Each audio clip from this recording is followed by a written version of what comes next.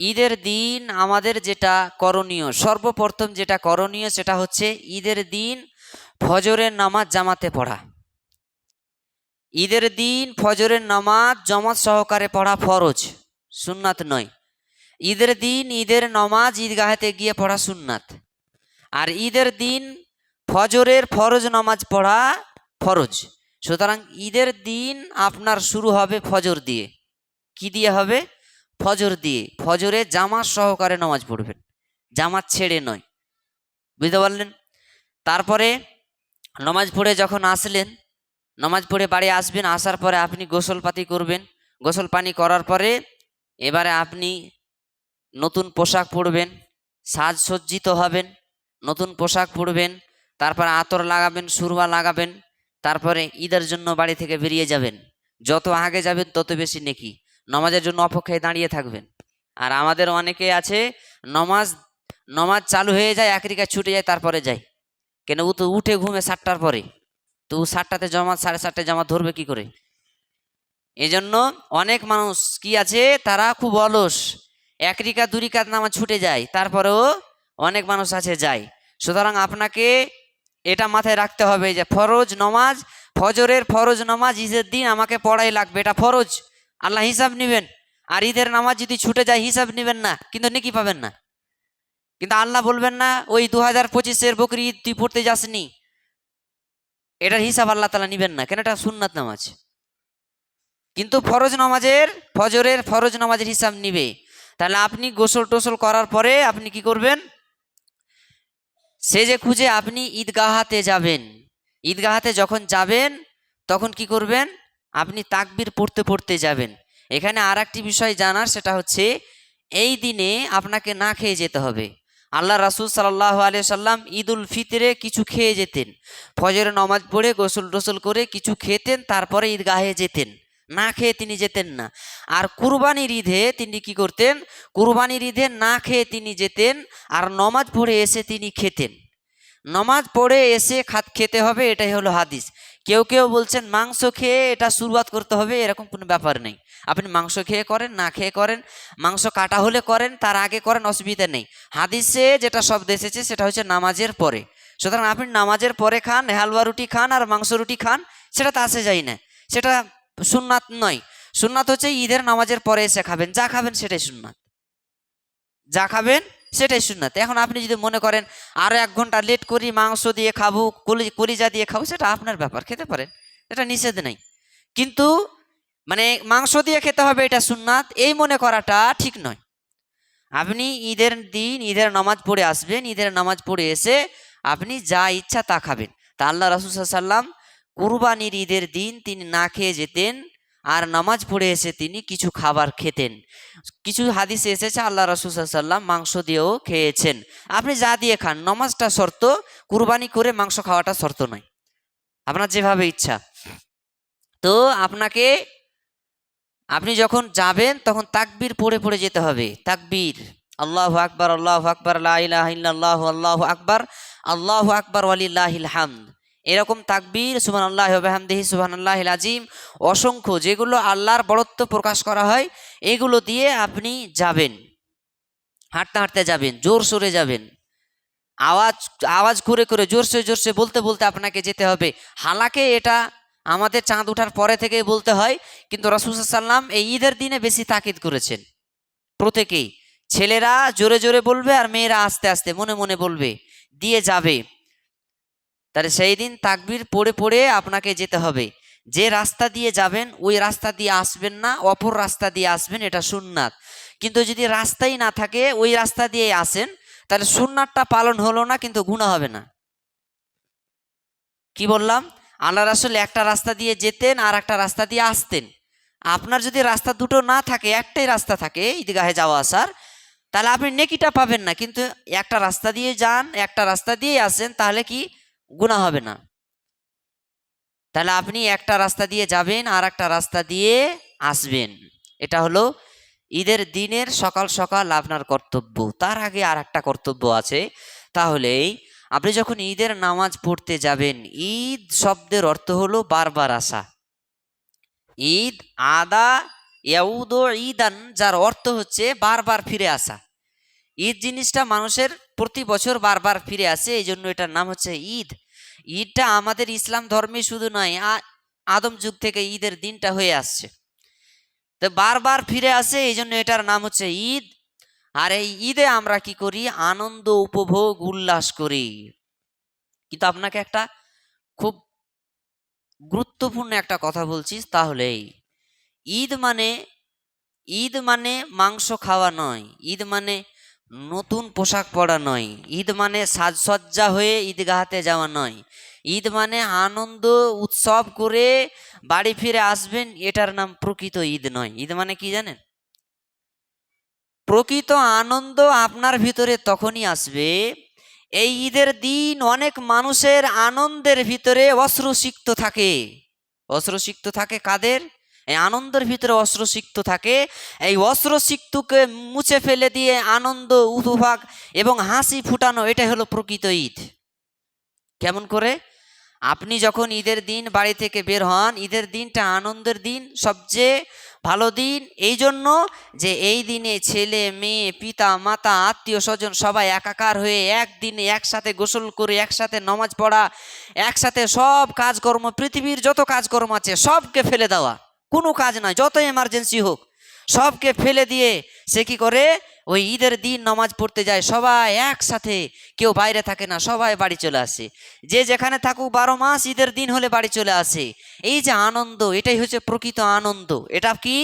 প্রকৃত আনন্দ।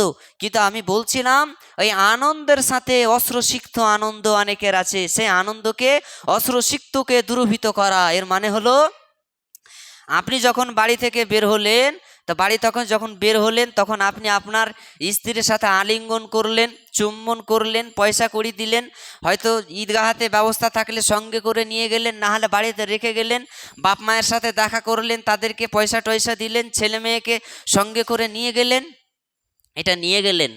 কিন্তু আপনার বাড়িতে, আপনার বাড়ির পাশে, আপনার গ্রামে অনেক অশ্রুসিক্ত মানুষ আছে, যারা চেয়ে আছে সবার বাপ নিয়ে যায়, আমার বাপ কেন নিয়ে যায় না?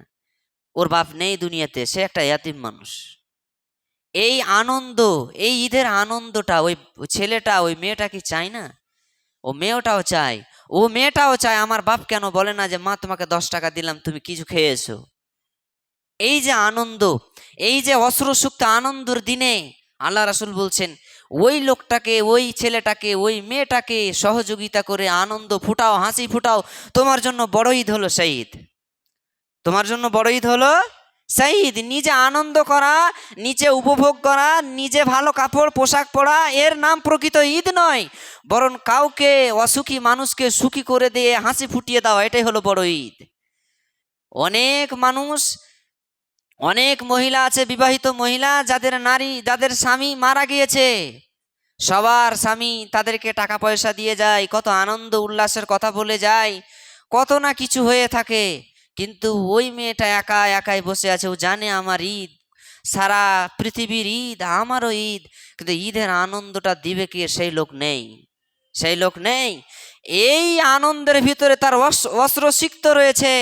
আল্লাহ রাসূল বলছেন ওই নারী, ওই বিধবা নারীকে যদি তুমি খুশি করতে পারো, আনন্দ দিতে পারো, তার মুখে হাসি ফুটাতে পারো, সেই দিনটা হলো তোমার প্রকৃত ঈদ।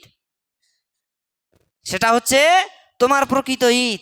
আপনি নিজে নিজে দেখবেন ভালো খাওয়া, ভালো পোশাক পরা, এটা প্রকৃত প্রশান্তি নয়। প্রশান্তি হলো সে সময় যখন কোনো একটা অসহায় মানুষকে আপনি সহযোগিতা করবেন, আর সহযোগিতা পেয়ে উপকৃত হবে, আপনার মন প্রফুল্ল হয়ে যাবে। এটা এটা মানুষের স্বাভাবিক, এটা নেচার, প্রফুল্ল হয়ে যাবে। সুতরাং ঈদ মানে খুশি, এই ঈদটা শুধু আপনার ভিতরেই বন্টন করলে হবে না, এইটা ছেলে মেয়ে আত্মীয় স্বজন পিতা মাতা ভাই, অনেক মানুষ আছে ভাইয়ের সাথে কথাই বলে না, ওর আবার কিসের ঈদ? নিজের ভাইয়ের সাথে কথাই বলে না, ওর আবার কিসের ঈদ? ওর ঈদ নয়। ভাইয়ের সাথে 3 দিন কথা না বলে থাকাটা ইসলামে জায়েজ নয়। বছরকে বছর ধরে ভাইয়ের সাথে কথা নেই, বোনের সাথে কথা নেই, তাহলে ওর কিসের ঈদ? ওর ঈদ নয়। আবার অনেক মানুষ ফের আছে যে ঈদের দিনই ঝগড়া করে, নামাজ পড়তে যাবে না, সেই খাতরা। পৃথিবীতে অনেক মানুষ আছে এরকম, ঈদের দিন ঝগড়া করে, অন্য দিন ঝগড়া করার টাইম পাই না, ঈদের দিন সকালে ঝগড়া করে আর বলে ঈদের নামাজই পড়তে যাব না। অনেক মানুষ আছে। তা আমি বলছিলাম যে ঈদ এটা খুশির দিন, শুধু আপনি খুশি থাকবেন এর নাম ঈদ নয়, কাউকে খুশি করাতে পারবেন এটাই প্রকৃত ঈদ। এটাই প্রকৃত ঈদ। আল্লাহ রাব্বুল আলামিন যেন আমাদের এই ঈদ উপভোগ করার তৌফিক দান করেন, আল্লাহুম্মা আমিন। এবারে ঈদের দিন ঈদের নামাজ পড়ে নিলেন। ঈদের নামাজের পরে আমাদের যেটা আর একটি কর্তব্য সেটা হচ্ছে খুতবা শোনা। ঈদের নামাজ পড়া সুন্নাত, খুতবা শোনাও সুন্নাত। আমাদের 90% মুসলমান ঈদের দিন ঈদের নামাজ পড়ে খুতবা কেউ 5 মিনিট 10 মিনিট শুনে, কেউ আবার শুনে নেয়, ওখান থেকে চলে এসে কুরবানি করে দেয়। ওয়াল্লাহে কসম আল্লাহর কসম করে বলছি, আপনি যদি ঈদ চলে আর আপনার গরু খাসি পড়ে যায়, তাহলে সেই কুরবানি গ্রহণযোগ্য হওয়াটা খুব দুষ্কর। জানি না এটা আল্লাহ রাসূল হারাম বলেননি, কিন্তু খুব দুষ্কর। কেন? একটা সুন্নাত মেনে আর একটা সুন্নাতকে লাথি মেরে চলে এসে কুরবানি করে, এটা কোন কুরবানি? এটা কোনো কুরবানি হলো নাকি? সুতরাং আপনি ঈদের দিন ঈদের নামাজ পড়বেন, আর ঈদের দিন ঈদের নামাজ পড়ার পরে খুতবা শুনে এসে কুরবানি করবেন। তাড়াহুড়ার কিছু নেই। একটা গরু ছাগলই করতে কতক্ষণ? 2 থেকে 3 ঘন্টা একটা গরু। আর একটা খাসি করবেন 1 থেকে 1.5 ঘন্টা। কি আছে অসুবিধা? গোটা দিন পড়ে আছে। কিন্তু আপনার এটা আর সহ্য হয় না। যেমন নামাজ পড়া হয় তেমন আপনি চলে আসেন, আসার পরে আপনি কিছু খেলেন তো খেলেন, আর না হলে আপনি তাড়াতাড়ি ফেল। এটাই হচ্ছে আমাদের বর্তমান সিচুয়েশন। ব্রাদারান ইসলাম, তো বলছিলাম ঈদের দিন ঈদের নামাজ পড়া যেমন সুন্নাত, খুতবা শোনাটাও তেমন সুন্নাত। ঈদের দিন ঈদের নামাজ যেমন পড়ছেন, খুতবা শুনে এসে আপনাকে কুরবানি করতে হবে। আর কেউ যদি নামাজের আগে করে দেয় তো ওটা কুরবানি হবে না, এটা স্পষ্ট হাদিস আছে। তাকে আবার নামাজ পড়ার পরে অন্য কোনো পশু কুরবানি দিতে হবে। তাই আপনারা কি করবেন? নামাজ শেষ হবে, নামাজ শেষ হয়ে যাওয়ার পরে খুতবা শুনবেন, খুতবা শোনার পরে আপনারা তখন ওখান থেকে এসে কিছু খাবেন। আর যদি মনে করেন মাংস দিয়ে খাবেন তা আগে তাহলে কুরবানি করবেন, তারপরে আপনারা সেটা দিয়ে খাবেন। যাই হোক, তাহলে ঈদের দিন ঈদগাহ থেকে এলেন, কিছু খেলেন। এবার যেটা কাজ সেটা হচ্ছে আপনাকে ঈদের দিনের যে মর্যাদা দেওয়া হয়েছে যে কারণে, সেটা হচ্ছে কুরবানির জন্যে। সেটা হচ্ছে কুরবানির জন্যে। এবার আপনি মাহাত্ম্যপূর্ণ যেটা কাজ করবেন সেটা হচ্ছে কুরবানি। কুরবানি কবুল হওয়ার 2টি শর্ত আছে। একটা হলো ইখলাস, আর দ্বিতীয় হচ্ছে আপনি যে কুরবানি করছেন সেটা যেন আল্লাহ এবং রাসূলের বিধিবিধান অনুযায়ী হয়, বিধিবিধান অনুযায়ী যেন হয়। 2টি শর্ত যদি মোকাম্মাল থাকে তাহলে আপনার ঈদ কুরবানি কবুল হবে, আর 2টি শর্ত যদি মোকাম্মাল না থাকে তাহলে কুরবানি হবে না, সোজা কথা। তো আপনি সেই দিন আসবেন, কুরবানি করবেন। কুরবানি নিজের হাতে করবেন, এটাই উত্তম। নিজের হাতে করবেন, এটাই উত্তম। আর যদি নিজে হাতে না করতে পারেন, কাউকে দিয়ে করাতে পারেন, অসুবিধা নেই। মেয়েরাও নিজের কুরবানি নিজে করতে পারে। আবু মুসা আশআরী রাদিয়াল্লাহু তাআলা আনহু তিনি বলছেন, তিনি তার মেয়েদেরকে উপদেশ দিতেন যে তোমরা নিজের কুরবানি নিজের হাতে করবে। মেয়েরাও নিজের হাতে নিজের কুরবানি করবে। কিন্তু যদি মনে করে যে না আমার দ্বারা তো সম্ভব নয়, তাহলে সে অন্যজন দিয়ে করাতে পারে। কিন্তু অন্যজন দিয়ে যে যদি করায় তাহলে 5টি লোকের মাধ্যম দিয়ে করা যাবে না, মনে রাখবেন। নাম্বার 1 কাফের, নাম্বার 2 মুশরিক, নাম্বার 3 কবর পূজারি, নাম্বার 4 মাজার পূজারি, নাম্বার 5 বেনামাজি।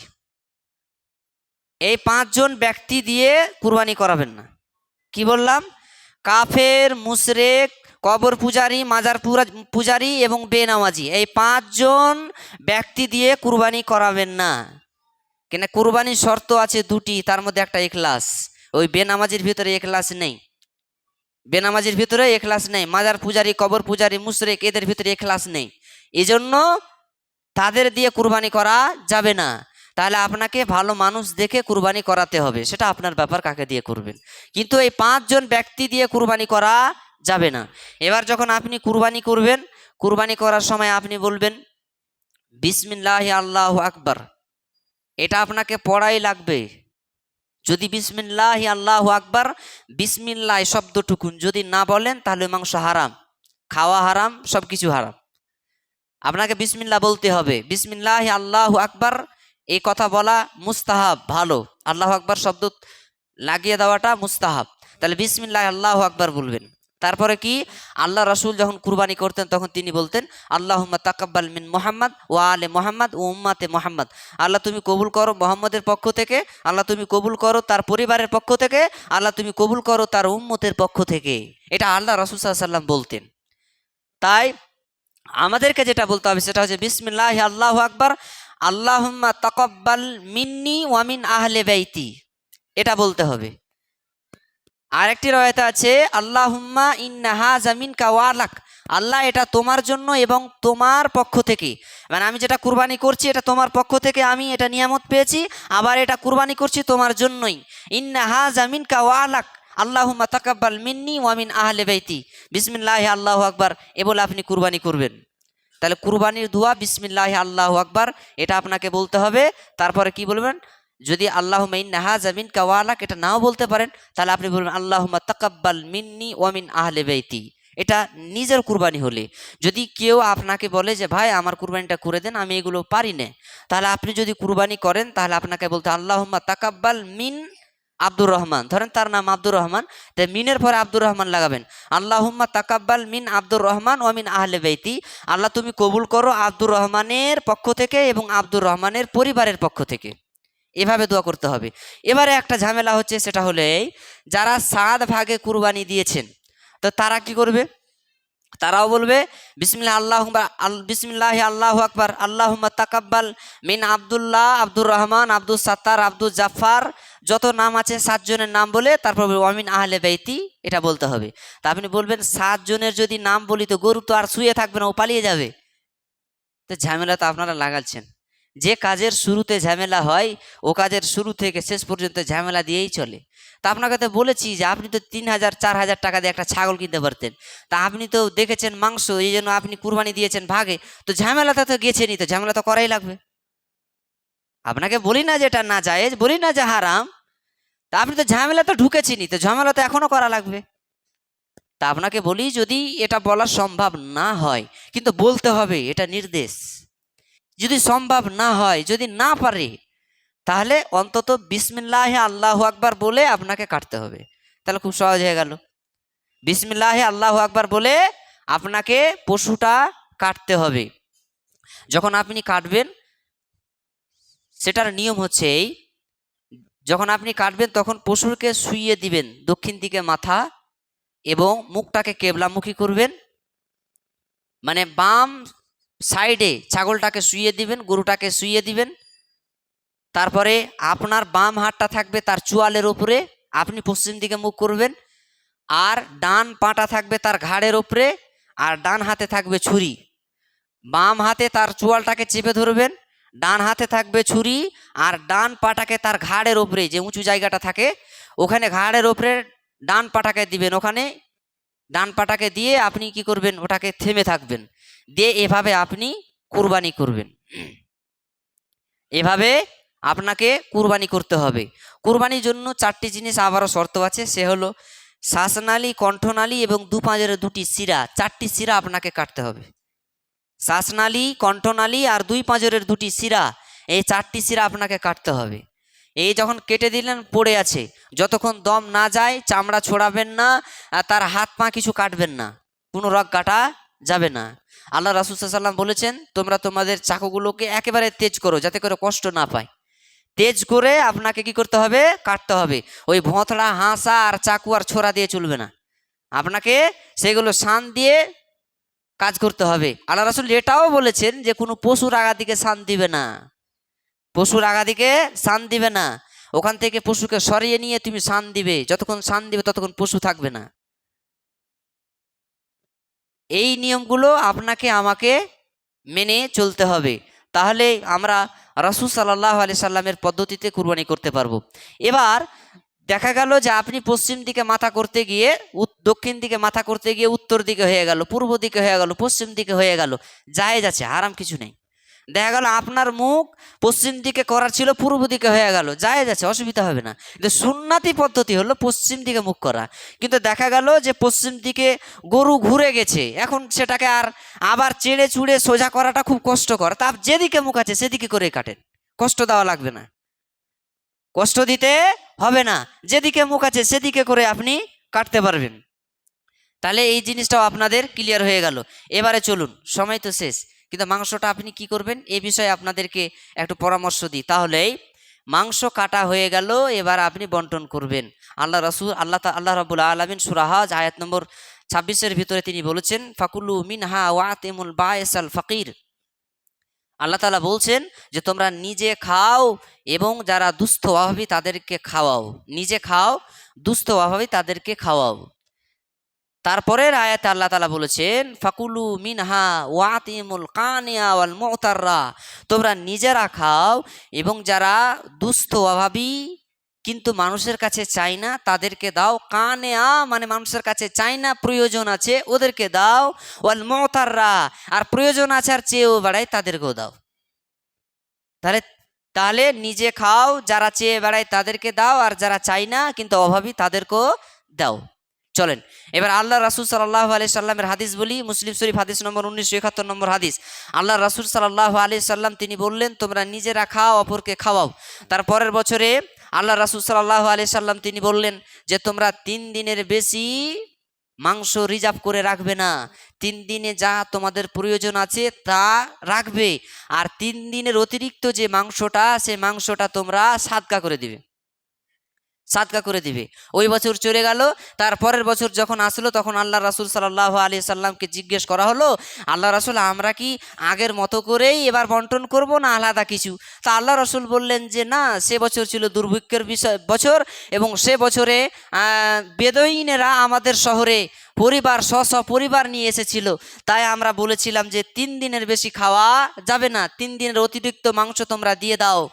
এরপরে পরের বছর আল্লাহ রাসূল বললেন, ফাকুলু তোমরা খাও, ওয়াদ্দাখিরু জমা করে রাখো, ওয়াসাদ্দাকু এবং সাদকা করো। তোমরা নিজেরা খাও এবং সাদকা করো, জমা করো। কতদিন পর্যন্ত করবে না? তো 1 জিলহাজ থেকে আর 1 জিলহাজ, মানে একটা কুরবানি থেকে আর একটা কুরবানি মাস পর্যন্ত গোটা 1 বছর জমা করে রাখতে পারবে। এটা আল্লাহ রাসূল বলেছেন, মুসলিম শরীফের হাদিস। তাহলে একই হাদিসের ভিতরে একটা মানুষ 3 রকম কথা বললেন।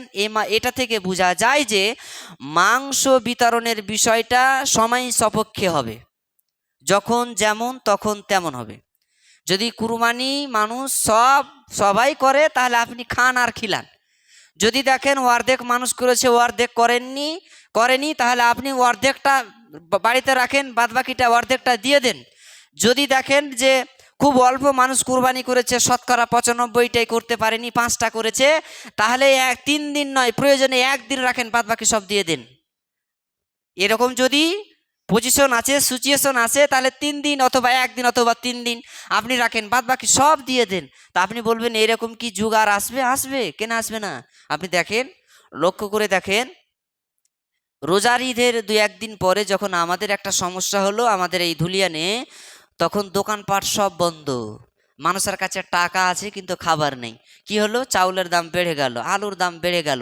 20 টাকার আলু 50 টাকা হয়ে গেল। হলো না? 50 টাকা কতদিন নিবে? যতটি মাল আছে, 1 বস্তা 2 বস্তা ছিল, শেষ হয়ে গেল, তো সব কাহানি শেষ। গ্রামে আলু নেই, বাজার বন্ধ, কি করবেন? টাকা আছে, খাবার নেই। আসতে পারে কি পারে না? আজকে ভালো দিন আছে, বৃষ্টি হয়েছে, ঈদগাহতে নামাজ পড়ার জন্য কত রকমের বন্দোবস্ত চলছে। আল্লাহ তো করতে পারেন এমন বৃষ্টি দেবেন যে ঈদগাহতে 1 মানুষ পানি হবে কি হবে না? আপনার গ্রামে 1 মানুষ পানি হবে কি হবে না? ধল বাদ দেন, বন্যা বাদই দেন, এমন বৃষ্টি দিবে যে আপনার বাড়িতে 1 ঠেউনা করে পানি হবে। হয়তো কুরবানির পশু আছে কিন্তু কাটার জায়গা নেই। হতে পারে কি পারে না? পারে। তো এখন যদি 95টা লোক কুরবানি না দেয়, 5টা লোক কুরবানি দিতে পারে, ছাদের উপরে আরো কোনো উঠানে 5টা লোক, তাহলে ওই লোকটা কি এখনো 3 ভাগ করবে? এখনো কি 7 ভাগ করবে? এখনো কি 9 ভাগ করবে? না, ওই লোকটা 1 দিনের খাবার রেখে সব কিছু দিয়ে দিবে, 3 দিনের খাবার রেখে সব কিছু দিয়ে দিবে। এই হাদিস থেকে বোঝা যায় যে নির্দিষ্ট পরিমাণে সারা জীবন সারা বছর থেকে যাওয়াটা ইসলামে বারহাক, এটা হারাম জিনিস।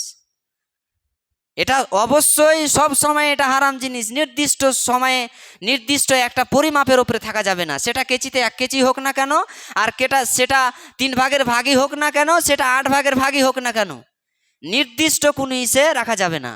এবার আপনাদেরকে বলি, আমাদের একটা সমাজ ব্যবস্থা আছে। সেই সমাজ ব্যবস্থাটা হলেই যে আমরা সর্দারের বাড়িতে মাংস জমা করি। এটা হাদিস কোরআন সম্মত নয়, মানে নির্দেশিত নয়, কিন্তু জমা করাটা হারাম নয়, নিষেধ নয়। এটা একটা সামাজিক একটা সংস্থা, সামাজিক সংস্থাতে আপনি দিতে পারেন। তাহলে আপনাকে আমি একটা অনুরোধার্থে, সময় যেহেতু নেই, বিস্তারিত আলোচনার প্রয়োজন ছিল, অনুরোধার্থে বলি তাহলেই যেটা আপনার প্রয়োজন আছে সেইটুকু নিন। ধরেন 100টা বাড়ি আছে আপনার সমাজে, তো 77টা দিয়েছে, 30 জন দেয়নি, তাদেরকে দেওয়ার মতো নেন। আর আপনি সবার 5 ভাগের 1 ভাগ, 7 ভাগের 1 ভাগ, 3 ভাগের 1 ভাগ নিয়ে নিলেন, আর ওদেরকে যা দেওয়ার দিয়ে দিলেন, বাদ বাকি আবার ফের আপনারা বন্টন করছেন। এটা শরীয়ত সম্মত নয়, এটা শরীয়ত সম্মত নয়। বিস্তারিত আলোচনার ব্যাপার আছে, নাহলে বুঝবেন না। হালকা কিছু বলে দিলে ফের ওটাই ভুল হয়ে যাবে, বিস্তারিত করতে হবে। যাই হোক, সময় নেই, আপনারাকে ইঙ্গিতপূর্ণ দিলাম। তো এটা তো আপনি করতে পারবেন না, ওটা জানি যে আপনার হাতে কিছু নেই। আমি এখন যা বলছি ওই দিন শেষে কালকে যেমন ছিল তেমনই। ওই যে বলেছিল যে আপনি বিচার করতে এসেছি, তো বিচার করব, তো বিচার কি তোমরা মানবে? তো ওরা 2 ভাই আছে, তো বলছে ঠিক আছে বিচার মানবে, কিন্তু তালের গাছ আমার। তুই যদি বিচার মানবি, হে তালের গাছ তোরই থাকবে, তো বিচার কেন করতে এসছি? তো বলছে বিচার মানি, কিন্তু তালের গাছটা আমারই। 2 ভাই তালের গাছ নিয়ে ঝগড়া। তো বলছে যে তালের গাছ আমরা বিচার করব, সমাজের লোক আছি, বিচার করে দিয়ে যা ফেসলা হবে মানবি তো? বলে হ্যাঁ বিচার মানবো, কিন্তু তালের গাছ আমার। তা আমি এখন যা বলছি তা তো আছেই, কিন্তু আজ দিন পার করে কাল সকালে যা ছিল তাই। তো সারা জীবন যদি এভাবেই থাকবেন, তাহলে পরিবর্তনটা কখন হবেন? কুরবানি দেওয়ার মানে কি হয়? আপনার কুরবানি দিয়ে যদি মানুষ উপকৃত না হয়, তাহলে কুরবানি দেওয়ার মানে কি হয়? প্রত্যেকটা জিনিসের এক একটা অর্থ আছে এবং প্রয়োজনীয়তা আছে। আপনি সর্দারের বাড়িতে দিচ্ছেন, কি প্রয়োজন ছিল?